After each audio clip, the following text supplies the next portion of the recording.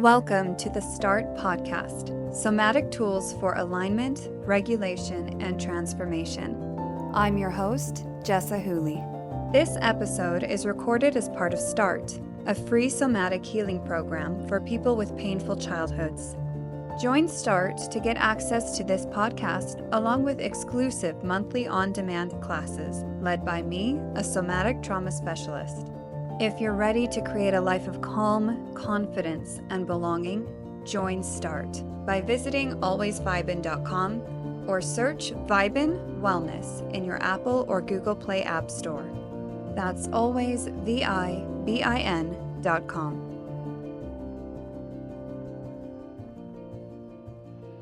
Hello and welcome back. It is episode 3 in February. This month, we are working with the theme, Using Pleasure as Medicine. If you are new here, every month we pick a new healing theme and we really dive deep in the podcast. With this being the 3rd episode, that means you've got 2 other episodes that I would highly encourage that you listen to first. The first one, we're talking about the nervous system and why pleasure is even playing a part in nervous system healing. In the 2nd episode, I went over why pleasure could be challenging for you to access and some tools for playing with that experience. And today we will be discussing, finally, how you know when you are interacting with pleasure versus positive stimulation. And these are 2 completely different experiences. I'm going to lay it out why that is and why it's important to be engaging in pleasure that is deep and healing versus impulsive and short-lived. Before we get into the episode, I would invite you to take a nice, deep breath that feels nourishing for you.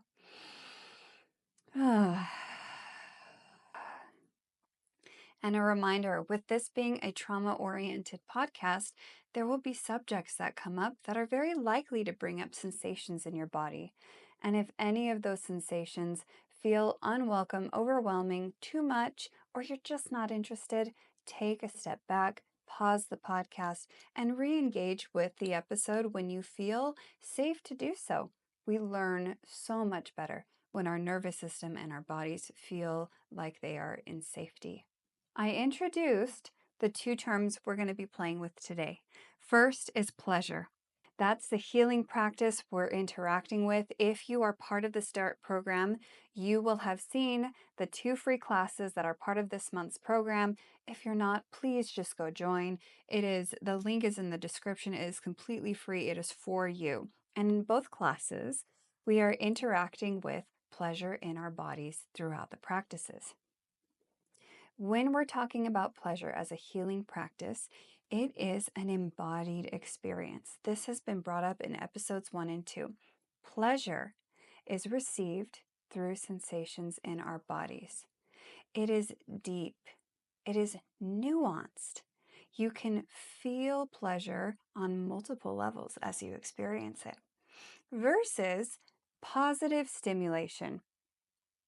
Now, I like positive stimulation better than quote unquote fake pleasure or surface pleasure because I really want to give pleasure its due. Let it be its own thing. Positive stimulation are things that feel impulsive. They're short-lived. They're those dopamine or adrenaline hits or numbing sensations. These are the things that we do to feel better in this moment, but they don't really register in our nervous system as something that's healing. So what is the difference? Let's talk about pleasure first. Like I said, it is embodied. So why don't you pause for a moment and see if you can think about a time where you felt pleasure. Something that you could sense on multiple levels of experience. So you can visualize this thing, this place, this person, this activity.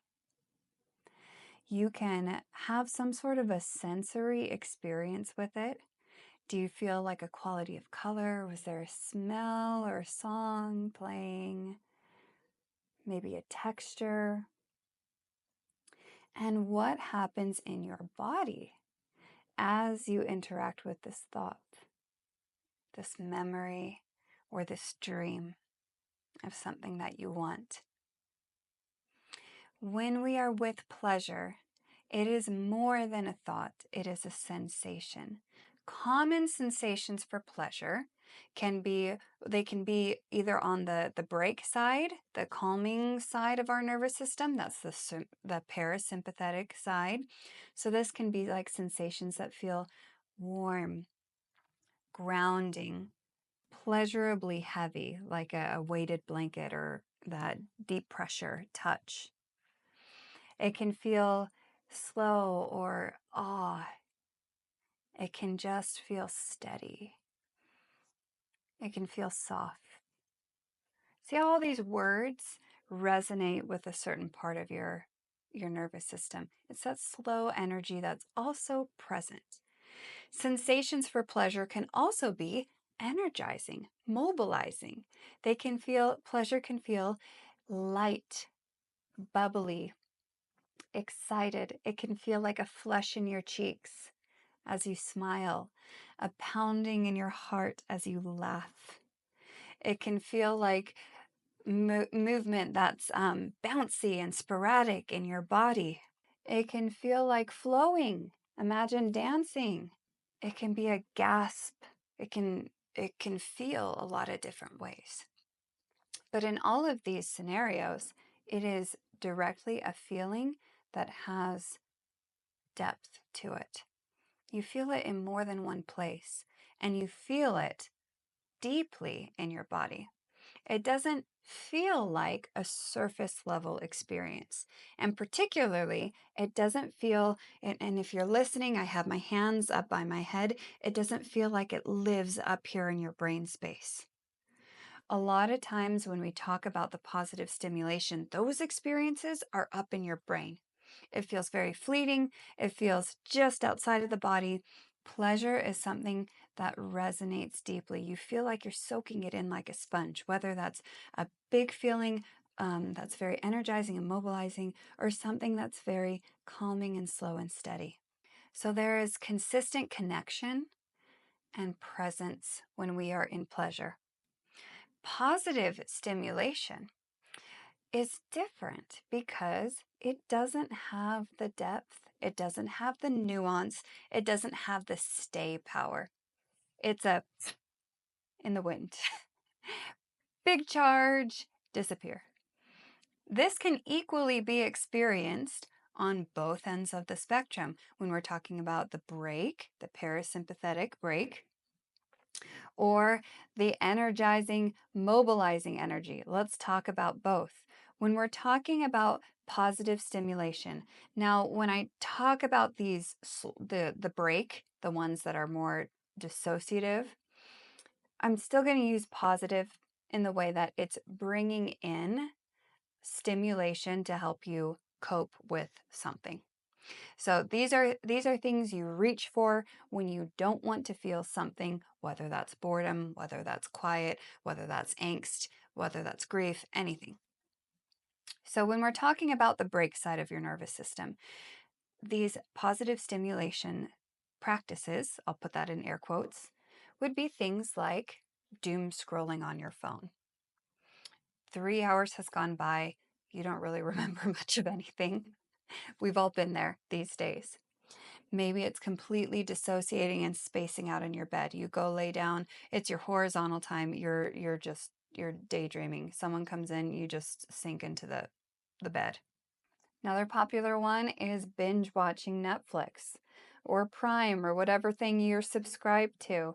You've watched 2 whole seasons in one day, and the whole time you keep bouncing between your phone and the TV anyway. You're not even present with what you're doing. Time's gone, you haven't felt anything, maybe you haven't even eaten the whole time, or you've been eating the whole time beyond your cues of hunger. Either way, you are not here. And that takes us into another example, which is food related. Now, food can have some high energy charge, but I'm talking about this mindless, numbing eating. This mindless, numbing binge eating where you're just snacking and snacking and snacking in this fog. And you're so disembodied with this experience of eating that you don't even realize how full your stomach is getting until you're sick. These are really common ones. If you relate to any of these, no shame, you're not alone, hon.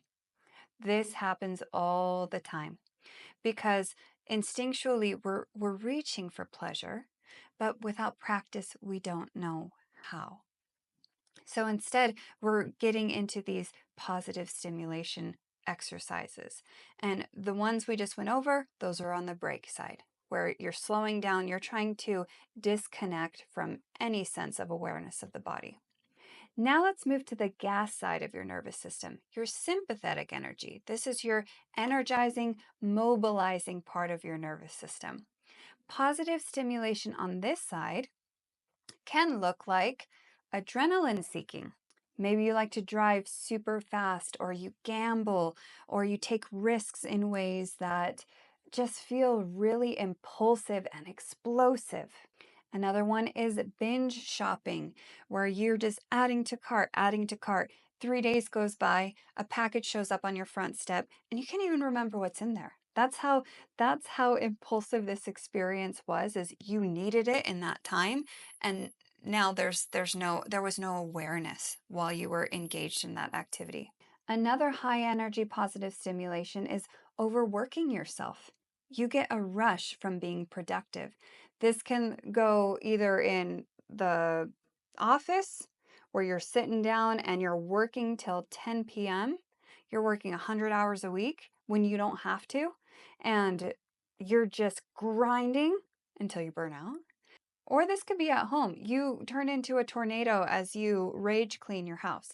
That's me. Where it's, I just want to feel good. I'm going to do something. And once again, no shame. These are very natural things that most of us do. It's not about saying that these things are bad. It's about understanding them for what they are. They are ways for us to cope in the moment, and they do that in the moment. They are not healing. Doesn't mean they don't serve a purpose, but the purpose isn't healing. Pleasure is healing. Pleasure is intentional, connected, and present. So let's do a couple more comparisons to really drive this home. And we're going to use the same activity, with it being pleasure and with it being positive stimulation. First one, let's do shopping. We're all there. We've all been there. Shopping in pleasure, shopping in positive stimulation. Positive stimulation shopping, as we discussed, is a blast. Oh my God, I need that now. Add to cart, check out. I didn't even check to see if there was money in the account. Boom, it shows up. What just happened? I impulsively bought $300 worth of stuff on Amazon. Oopsie daisy, I actually don't need it.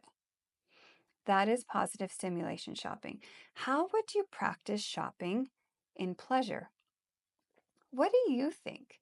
Why don't you pause for just a second and imagine yourself shopping for something in a way that's pleasurable. Now remember, what makes pleasure healing is that it is connected and it is embodied. So let's say an Instagram ad pops up for this beautiful, I don't know, sweater. You have a bunch of sweaters. You don't need it. But you want to make this a pleasure practice. What is pleasurable about this experience? How could we make this Instagram pop-up a pleasurable experience? First, my suggestion would be to take some space. Oh, I really want that sweater. Okay, close the ad. Maybe you open up the tab on your browser, but where would you go first to feel connected to your present embodied sensations within the experience of shopping for a sweater? I would say maybe go to your closet and look at your sweaters. Start there, because in this imaginary scenario, you know you have sweaters. So let's go interact with our sweaters. See how we feel by looking at sweaters. Take your time. Look at your favorite sweaters. Feel the sweaters. Maybe if you want to, you can even try on a couple of sweaters. See how this is different? Now you're like, Jessa, we haven't even done the shopping. What the hell are you talking about? Yeah, this is part of the connection. So then you've been hanging out with your sweaters. Maybe you've put a couple on. Now you really know which ones you like. Oh, yeah, I love the fit of this one. I love how this one is a little cropped and the sleeves are loose.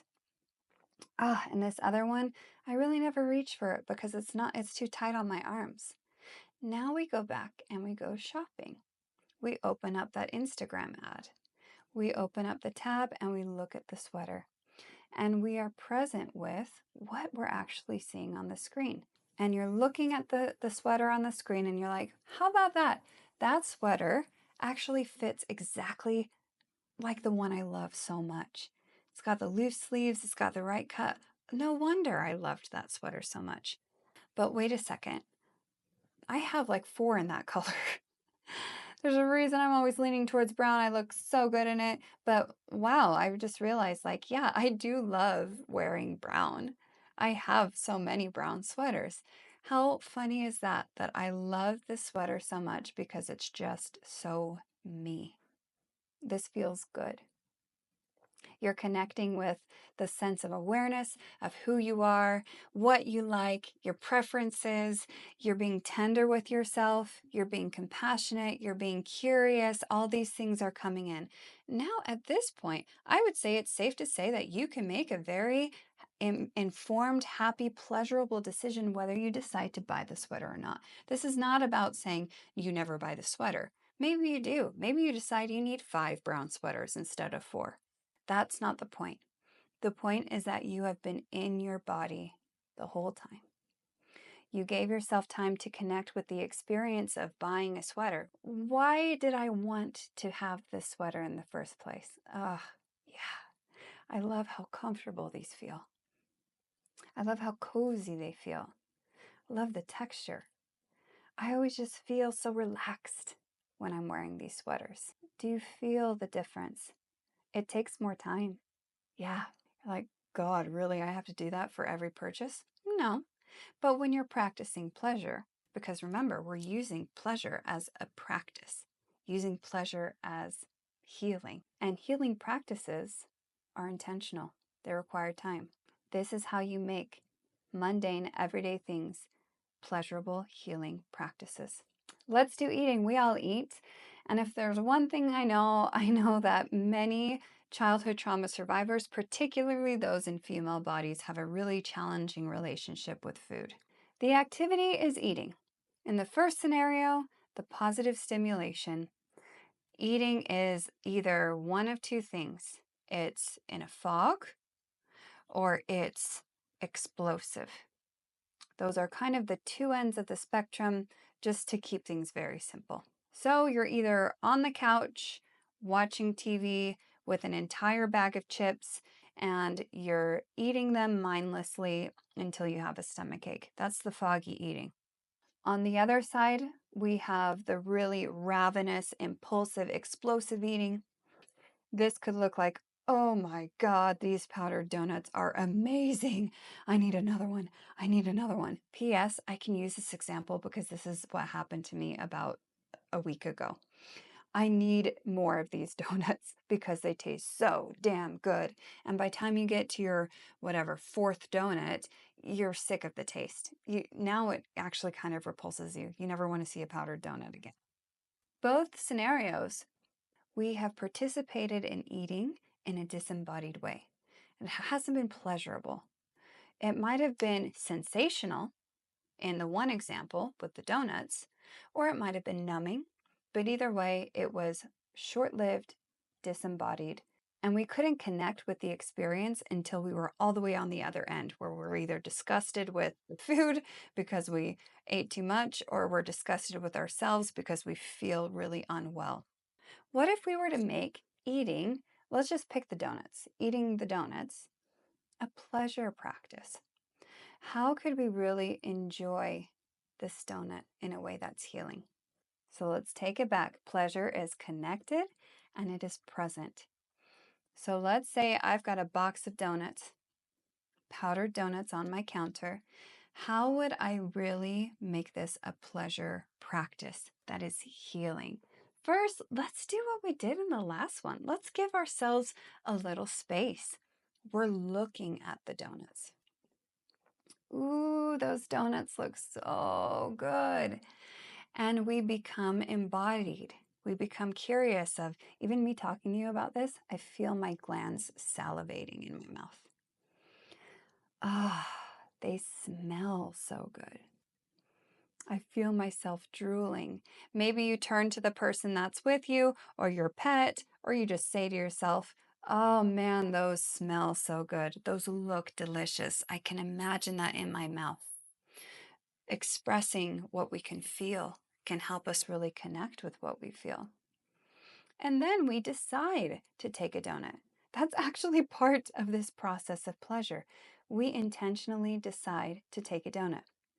Maybe in the beginning, you practice saying this out loud. That might be uncomfortable for you. If it is, you don't have to, but that's an option. You can say, I'm going to have a donut. I'm going to have a donut.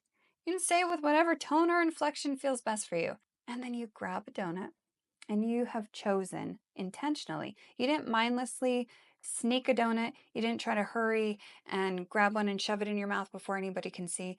You are taking a moment to be present with the experience of choosing to eat this donut. And you grab it. And then you sit down. You sit down before you eat the damn donut, okay?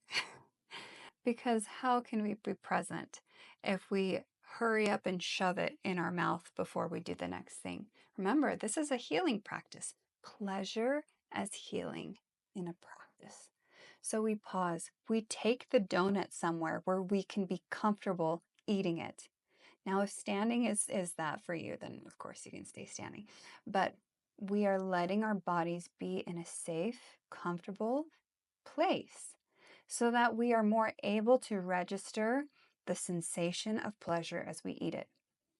If you are hiding in your pantry, trying to hurry before someone sees you eating this donut, or if you're eating it as you run to your next meeting, you don't have the opportunity to feel the sensation of eating the donut.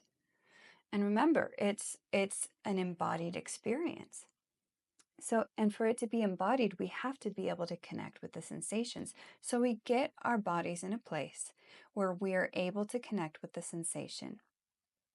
And then we eat the donut. We eat it in a way where we give ourselves time to actually taste it. You don't need to make this a whole thing. Yes, you can do an eating meditation and give yourself a whole fucking hour to eat this donut if you want to, but you don't have to. For it to be pleasure, it's just embodied. Really enjoy the bites.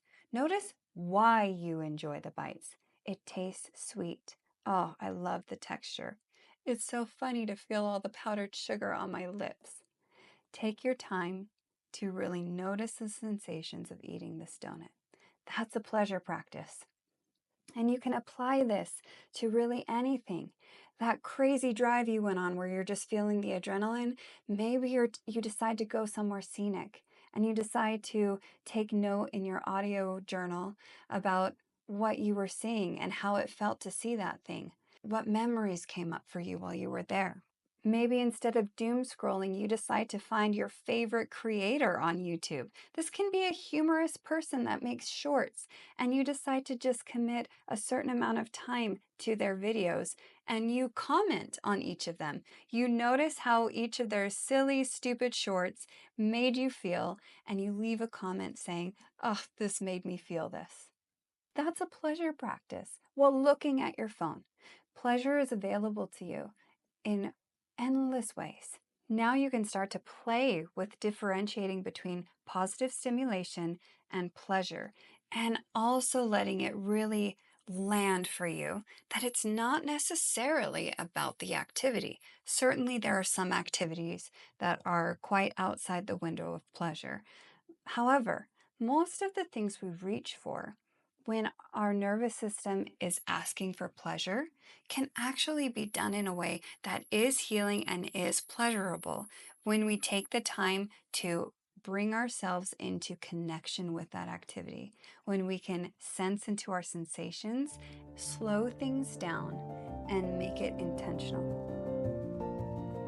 Thanks for listening. To get the most from this podcast episode, visit alwaysvibin.com to join the free START program, or search Vibin Wellness in your Apple or Google Play App Store. The information in this episode is not intended to diagnose or treat any condition. Please contact your mental health practitioner or a medical doctor for advice specific to your needs.